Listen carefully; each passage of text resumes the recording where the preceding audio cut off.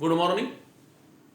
पहा, आपण बाजाराचे प्रकार हा भाग पाहतो आहे. बाजाराच्या प्रकारामध्ये पूर्ण स्पर्धा जी आहे, ही पूर्ण स्पर्धा आणि अपूर्ण स्पर्धा असे स्पर्धात्मक दृष्टीने वर्गीकरण केले गेलेलं आहे. पूर्ण स्पर्धेमध्ये समतोल किंमत निश्चिती कशी होते, पूर्ण स्पर्धेचे वैशिष्ट्य कोणते आहे हे आपण बघितलं. त्याच वेळी आपण हे देखील पाहिलं की जी पूर्ण स्पर्धा आहे, ही पूर्ण स्पर्धा कधीही अस्तित्वात नसते. पूर्ण स्पर्धा ही एक आदर्शवत संकल्पना आहे. पूर्ण स्पर्धा ही एक काल्पनिक संकल्पना आहे, हे आपण बघितलं. मग आपल्याला दुसरा जो प्रकार आहे, स्पर्धात्मक वर्गीकरण जे आपण करतो आहे, त्यामध्ये पहिला पूर्ण स्पर्धा पाहिला. दुसरा जो प्रकार आहे तो आहे अपूर्ण स्पर्धा. आणि अपूर्ण स्पर्धेचा देखील आपण विचार करत होतो. अपूर्ण स्पर्धेचा विचार करत असताना कालच्या तासिकेमध्ये आपण बघितलं की अपूर्ण स्पर्धा म्हणजे अशी स्पर्धा की ज्यामध्ये पूर्ण स्पर्धेची सर्वच्या सर्व वैशिष्ट्ये आढळून येत नाही. पूर्ण स्पर्धेची किंवा स्पर्धात्मक जी आहे बाजाराची, ही पूर्ण वैशिष्ट्ये आढळून येत नाही, तर काही वैशिष्ट्ये आढळतात. ती झाली अपूर्ण स्पर्धा. मग अपूर्ण स्पर्धेचे 3 भाग आहेत, 3 प्रकार आहे असं मी तुम्हाला सांगितलं होतं. एक मक्तेदारी, दुसरा अल्पाधिकार आणि तिसरा जो आहे तो आहे मक्तेदारी युक्त स्पर्धा. मग त्यापैकी आपण मक्तेदारी म्हणजे काय हे पाहिलं होतं आणि मक्तेदारीची वैशिष्ट्ये आपण पाहिली होती. प्राध्यापक चेंबरलिन यांनी मक्तेदारीची संकल्पना मांडलेली होती आणि त्यांनी स्वतः ती जी व्याख्या आहे मक्तेदारीची, ती व्याख्या त्यांनी केलेली होती. आज आता आपल्याला अल्पाधिकार म्हणजे काय हे बघायचं आहे आणि अल्पाधिकारची वैशिष्ट्ये कोणती आहेत याचा देखील आपल्याला विचार करायचा आहे. मग आज सगळ्यात पहिले आपण अपूर्ण स्पर्धेमधला जो अल्पाधिकार दुसरा जो भाग आहे तर हा आपण पाहणार आहे. अपूर्ण स्पर्धा दुसरं झालं आहे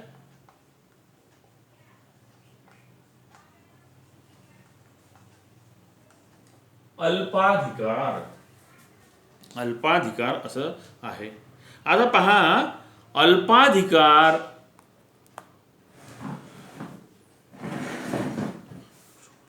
ओलीची पोली असं त्याला म्हणतात. म्हणजेच नावामध्येच आहे, नावामध्येच अल्पाधिकार म्हणजे अल्प म्हणजे थोडासा आणि अधिकार थोडासा अधिकार असणं. अल्पसंख्य म्हणजेच अत्यंत थोडेसे विक्रेते असणं, तो झाला अल्पाधिकार.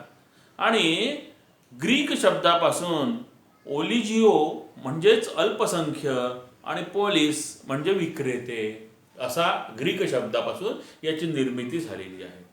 मग अल्पाधिकार या शब्दाची उत्पत्ती जी आहे, अल्पाधिकार या शब्दाची उत्पत्ती आपण बघितलं ग्रीक स्पर्धेनुसार, ग्रीक शब्दानुरूप झालेली आहे.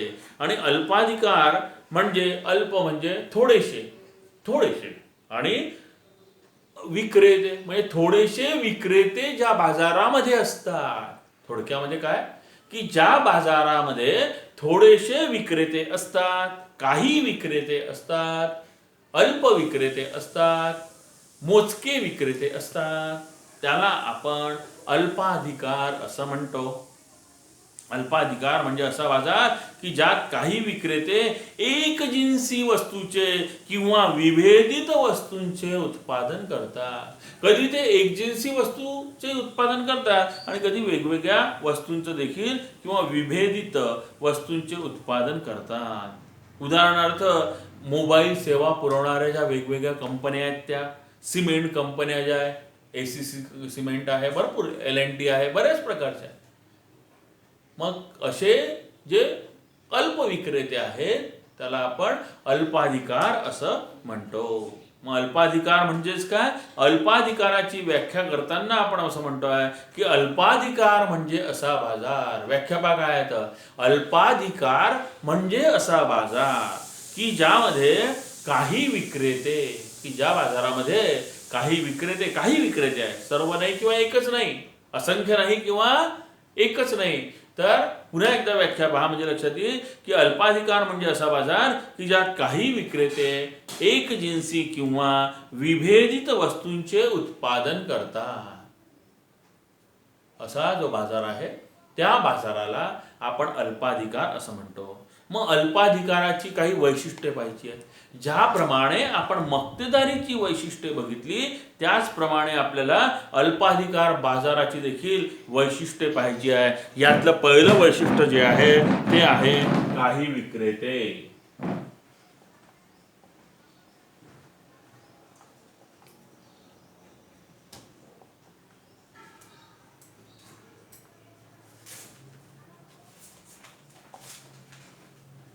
पहिलं वैशिष्ट्य जे आहे ते पहिलं वैशिष्ट्य सांगितलं जाते की काही विक्रेतेच त्यामध्ये असतात.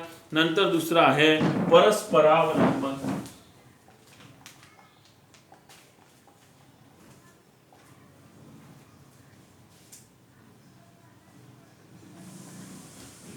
अल्पाधिकाराचं तिसरं जे वैशिष्ट्य आहे ते तिसरं वैशिष्ट्य सांगितलं जाते की जाहिरात.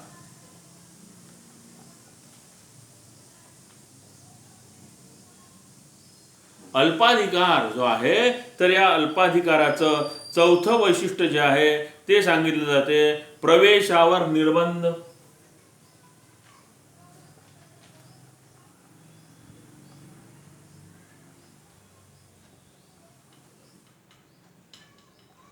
नंतर पाचवं जे वैशिष्ट्य आहे तर ते पाचवं वैशिष्ट्य आपण सांगतो समानतेचा अभाव.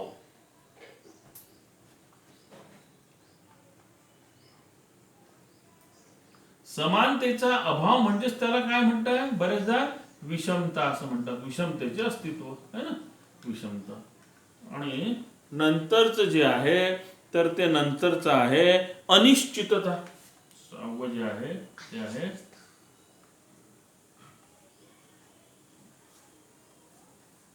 अनिश्चितता. अनिश्चितता जी आहे तर ही देखील आपल्याला म्हणते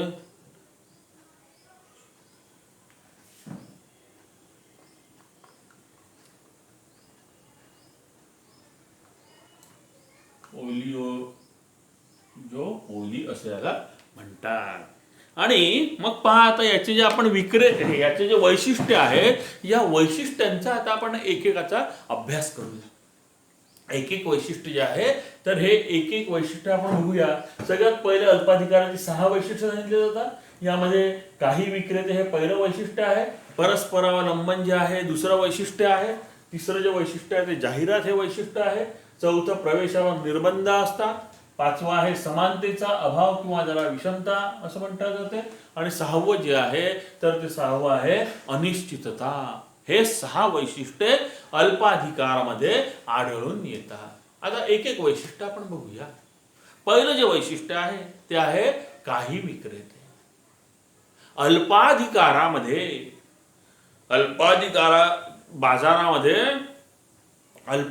बाजारामध्ये आपल्याला काही उद्योग संस्था किंवा काही विक्रेते आढळून येतात. काय म्हटलंय मी पुन्हा लक्षात घ्या की हा जो अल्पाधिकाराचा जो बाजार आहे ज्याची आपण वैशिष्ट्य पाहतो आहे मुळात व्याख्या करतानाच आपण असं म्हटलेलं होतं की काही विक्रेते अल्प विक्रेते असं आपण म्हटलेलं होतं. अल्प विक्रेते किंवा काही विक्रेते असं म्हटलं होतं. मग आता इथे देखील वैशिष्ट्यामध्ये पाहिलं आहे. पहिलं वैशिष्ट्य त्याचं आहे की काही विक्रेते. अल्पाधिकाराचा जो बाजार आहे त्यामध्ये काही उद्योग संस्था किंवा काही विक्रेते असतात. मुळातच बोटावर मोजण्या इतक्या त्या संस्था असतात, खूप नसतात, असंख्य नाही आहेत. पूर्ण स्पर्धेमध्ये असंख्य विक्रेते आहेत, अमर्याद विक्रेते आहेत. आणि मक्तेदारीमध्ये एकच विक्रेता आहे. परंतु अल्पाधिकारामध्ये काही आहे, खूप नाही आहे, अल्प आहे, जास्त नाही आहे. म्हणजे पूर्ण स्पर्धे इतके जास्तही नाही आणि मक्तेदारी सारखा एकही नाही. आलं लक्षात तुमच्या की पूर्ण स्पर्धेसारखे असंख्यही नाही, अमर्यादही नाही आहे. आणि मक्तेदारीमध्ये ज्या पद्धतीने केवळ एकच विक्रेता असतो किंवा एकच उत्पादक असतो तर असं देखील नाही आहे. तर काही विक्रेते आहे म्हणजे एकापेक्षा जास्त आहे. आता थोडक्यात काय, एकापेक्षा जास्त आहे परंतु मोजता येण्याजोगे आहे. मग अल्पाधिकाराच्या बाजारामध्ये काही उद्योग संस्था किंवा काही विक्रेते असतात आणि बाजारपेठेंवर, जी बाजारपेठ आहे, जो बाजार आहे त्या बाजारावर, त्या बाजारपेठेवर काही संस्थांचे वर्चस्व असते. आणि साहजिकच वर्चस्व का असते? कारण किमतीवर देखील त्यांचं वर्चस्व राहते. किमतीवर वर्चस्व का राहते? कारण मुळात वस्तूचा जो उत्पादन आहे, तर वस्तूचा उत्पादन, वस्तूचा पुरवठा यावर देखील त्यांचं वर्चस्व असते. का बरं असते? कारण मुळात ते छोटे आहे, कमी आहे, आणि ते कमी असल्यामुळे ते ठरवून घेतात की नाही बा आपल्याला एवढंच उत्पादन करायचं आहे, याच्यापेक्षा जास्त उत्पादन करायचं नाही. प्रत्येक जण, जे 4-5 जण असतील, त्यांनी प्रत्येकाने एकत्र येतात ते, आणि एकत्र येऊन आपसामध्ये ठरवून घेतात, सहमतीने ते ठरवून घेतात की अमुक वस्तूचं उत्पादन इतकं करायचं आहे. मग एकदा ठरवल्यानंतर साहजिकच पुरवठ्यावर देखील त्याचं वैशिष्ट्य, त्याचं नियंत्रण राहते. आणि पुरवठ्यावर नियंत्रण राहिलं म्हणजे किमतीवर देखील लक्षणीय नियंत्रण असते असं आपण म्हणू शकतो. म्हणून काही वैशिष्ट्य, काही विक्रेते जे आहे, तर हे काही विक्रेते हे वैशिष्ट्य सांगितलं जाते. दुसरं पाहूया. दुसरं आहे परस्परावलंबन. दुसरं जे आहे तर ते दुसरं आहे परस्परावलंबन. प्रतिस्पर्धकांनी घेतलेल्या, प्रतिस्पर्धक म्हणजे आता ते 4-5 जण, काहीशे जण, आणि मग ते काहीशे जण असल्यामुळे तेच एकमेकांचे प्रतिस्पर्धी देखील असतात. उदाहरणार्थ L&T सिमेंट आणि ACC सिमेंट, L&T सिमेंट आणि ACC सिमेंट हे परस्परांचे प्रतिस्पर्धी देखील आहे. आणि प्रतिस्पर्धकांनी घेतलेल्या कोणत्याही निर्णयाच्या बाबतीत विक्रेत्यांना दक्ष राहावे लागते. या बाजारात काही विक्रेते असल्यामुळे, म्हणजे अल्प विक्रेते असल्यामुळे, एखाद्या उद्योग संस्थेने वस्तूच्या किमतीत बदल केल्यास इतर उद्योग संस्थांना देखील, इतर ज्या उद्योग संस्था आहेत त्याच्यामधल्या, त्या बाजारामधल्या, तर त्यांना देखील स्पर्धेत टिकवून राहण्यासाठी त्यांच्याशी जुळवून घ्यावं लागते. म्हणजे पहा, परस्परावलंबन. 4-5 जणच आहे, माहिती आहे, 4-5 जणच असल्यामुळे मग आपल्याला एकमेकांच्या सहमतीने राहायचं आहे, एकमेकांसोबत राहायचं आहे, कारण स्पर्धेमध्ये आपल्याला टिकावं लागला पाहिजे. मग तसे जरी आपण एकमेकांशी भांडत असलो तरी देखील आपल्याला जेव्हा अस्तित्वाची लढाईची वेळ येते तेव्हा आपण एक होऊन जातो, तेव्हा आपण एक होतो. हे जे सांगितलं जाते, तर हे अल्प काही विक्रेते असल्यामुळे हे सहजपणे घडू शकते, सहजपणे या गोष्टी घडतात. परस्परावलंबन आहे. मग बरेचदा काय होते की एखाद्याला एखाद्या गोष्टीची इच्छा नसली तरी देखील दुसऱ्याने तो निर्णय जर घेतला असेल तर त्या निर्णयाची सहमती दाखवावी लागते. कारण तुम्ही जर ती सहमती दाखवली नाही तर तुम्ही स्पर्धेतून बाजूला होऊन जाता. उदाहरणार्थ मगाचंच उदाहरण सांगतो की ACC सिमेंटने समजा 200 रुपयाला एक बॅग आहे सिमेंटची, त्यांना असं वाटलं की नाही आता आपण 20 रुपये कमी केले पाहिजे, मग ते 180 रुपयाला ती सिमेंटची बॅग विकतात. मग अशा वेळी बिर्ला गोल्ड कंपनी असेल किंवा L&T कंपनी असेल तर त्यांना आपल्या किमती वाढवून चालत नाही, त्यांना देखील काय करावं लागतं, मग त्यांना देखील स्वतःच्या किमती कमी कराव्या लागतात, यांच्या समसमान आणाव्या लागतात. 1-2-4 रुपयाचा फरक असतो, 1-2 रुपयाचा फरक राहू शकतो. परंतु तुम्ही जर म्हणाल की ACC सिमेंट 200 रुपयाला मिळते आहे आणि L&T सिमेंट 250 रुपयाला मिळते आहे, लोक काय करतील, लोक ACC सिमेंटच घेतील. कशाला कोणी स्वतःचं नुकसान करून घेणार आहे? कोणी स्वतःचं नुकसान करून घेत नाही. म्हणून मग काय होते की त्यांचं एकमेकांवर अवलंबून आहे शेवटी ते, कारण खूप मोठ्या प्रमाणामध्ये ते विक्रेते नाही आहे, खूप मोठ्या प्रमाणामध्ये ते उत्पादक नाही आहे, आणि खूप मोठ्या प्रमाणामध्ये ते विक्रेते नसल्यामुळे, खूप मोठ्या प्रमाणामध्ये ते विक्रेते नसल्यामुळे जे अल्प आहे त्यांना एकत्रितरित्या राहावं लागते आणि एकत्रितरित्या बरेचदा निर्णय घ्यावे लागतात. मग ते निर्णय घेत असताना सहमतीने निर्णय असं त्याला म्हणतात. आणि ते निर्णय घेत असताना एखादी गोष्ट आपल्याला पटली देखील नाही तरी देखील ऍडजस्टमेंट हा जो प्रकार आहे, समायोजन हा जो प्रकार आहे, ही ऍडजस्टमेंट त्यांना करावी लागत असते आणि त्या पोटी मग त्यांचं परस्परावलंबन जे आहे, एकमेकांवर अवलंबून ते जे असतात, एकमेकांवर आधारित जे असतात, तर तो भाग या ठिकाणी आपल्याला दिसून येतो. ते एक महत्वाचं वैशिष्ट्य आहे असं म्हटलं जाते. नंतर आहे जाहिरात. जाहिरात हे देखील एक महत्वाचं वैशिष्ट्य आहे असं आपण सांगू शकतो.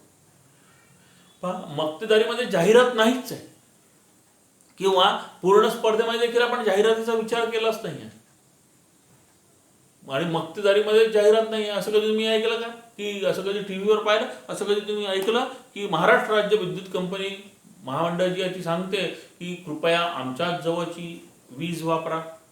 असं कधी कोणी जाहिरात केली आहे का? जाहिरात केली नाही. कारण काय? अरे दुसरी कोणती कंपनीच नाही आहे वीज बनवणारी, दुसरी कोणती कंपनीच नाही आहे विजेचा पुरवठा करणारी, आणि वीज बनवणारी, विजेचा पुरवठा करणारी दुसरी कोणी कंपनी नसल्यामुळे त्यांना जाहिरात करण्याचं कामच पडत नाही. त्यांना जाहिरातीचं कामच पडत नाही. म्हणून मक्तेदारीमध्ये जाहिरात होत नाही. जशी मक्तेदारीमध्ये जाहिरात होत नाही, तशीच जाहिरात आपण या पूर्ण स्पर्धेमध्ये देखील होत नाही. परंतु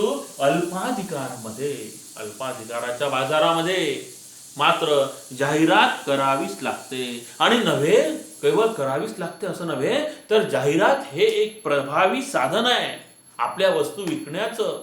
ते एक खूप मोठं साधन आहे असं सांगितलं जाते. या जाहिरातीच्या भरोशावर उद्योग संस्था ज्या आहेत, या उद्योग संस्था बाजारपेठा काबीज करण्याचं कार्य करतात. बाजारपेठा काबीज करण्याच्या उद्देशाने आक्रमक आणि आकर्षक अशा जाहिराती निर्माण केल्या जातात.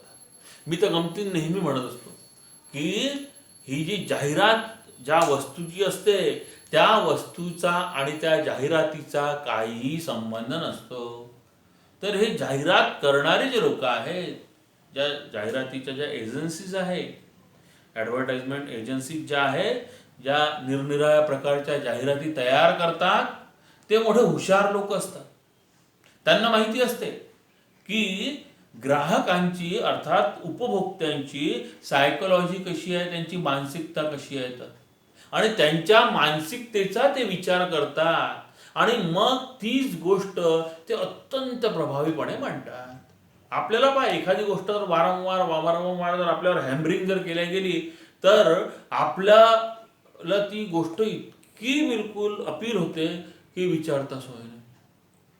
जर समजा असा विचार करा की मग हे जाहिरात करणाऱ्या ज्या कंपन्या आहेत, तर हे देखील एक प्रकारे आपल्यावर हॅमरिंग करत असतात. काय आपल्यावर हॅमरिंग करत असतात. मग आपण ऑटोमॅटिकली त्या वस्तूकडे वळतो. पहा कसं ते सायकोलॉजीचा उपयोग करतात.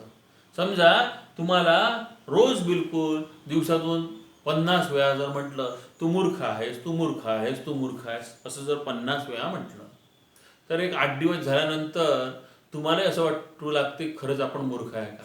आणि जर मग म्हटलं नाही की तू मूर्ख आहे तर तुम्हाला बेचैन होते. इतकं आपल्यावर हॅमरिंग झालेलं असते. मग या ज्या जाहिरात बनवणाऱ्या ज्या कंपन्या आहेत, तर या जाहिरात बनवणाऱ्या कंपन्या ह्या देखील ग्राहकाच्या मानसिकतेवर हॅमरिंग करत असतात. त्यांच्या डोक्यावर हे करतात. आता पहा ना, आपल्यालाही समजा, तुम्हालाही समजा सांगितलं किंवा तू वडिलांनी तुमच्या सांगितलं की तू बाजारामध्ये जा आणि बाजारामध्ये जाऊन साबण आण, आंघोळीचा साबण आण म्हणून सांगितलं. आंघोळीचा साबण आण सांगितल्यानंतर तुम्ही काय करायला पाहिजे? तुम्ही दुकानामध्ये गेल्यानंतर 2-3 जे आंघोळीचे साबण आहेत ते बघायला पाहिजे. त्याच्यामध्ये कोणकोणते घटक द्रव्य टाकलेले आहेत ते बघायला पाहिजे. त्याचे गुणधर्म कोणते आहे हे बघायला पाहिजे. परंतु आपण असं करतो का? आपण असं करत नाही. आपण ज्यावेळी दुकानामध्ये जाण्यासाठी गाडीवर बसतो त्याच वेळी आपल्या डोक्यामध्ये झालेलं असते की आपल्याला कोणता साबण घ्यायचा आहे. आपण दुकानामध्ये जातो आणि लगेच आपण सांगतो की बा मला संतूर साबण द्या, मला लक्स साबण द्या. का बरं? कारण लक्समध्ये ऐश्वर्या राय म्हणते किंवा मेरे सौंदर्य का राज है लक्स, म्हणून आपण तो घेतो. इतकं आपल्या डोक्यावर ते हॅमरिंग केलेलं आहे. म्हणून या ज्या जाहिरात जी आहे, जाहिरात वस्तूच्या विक्रीचं एक प्रभावी साधन आहे असं म्हटलं जाते.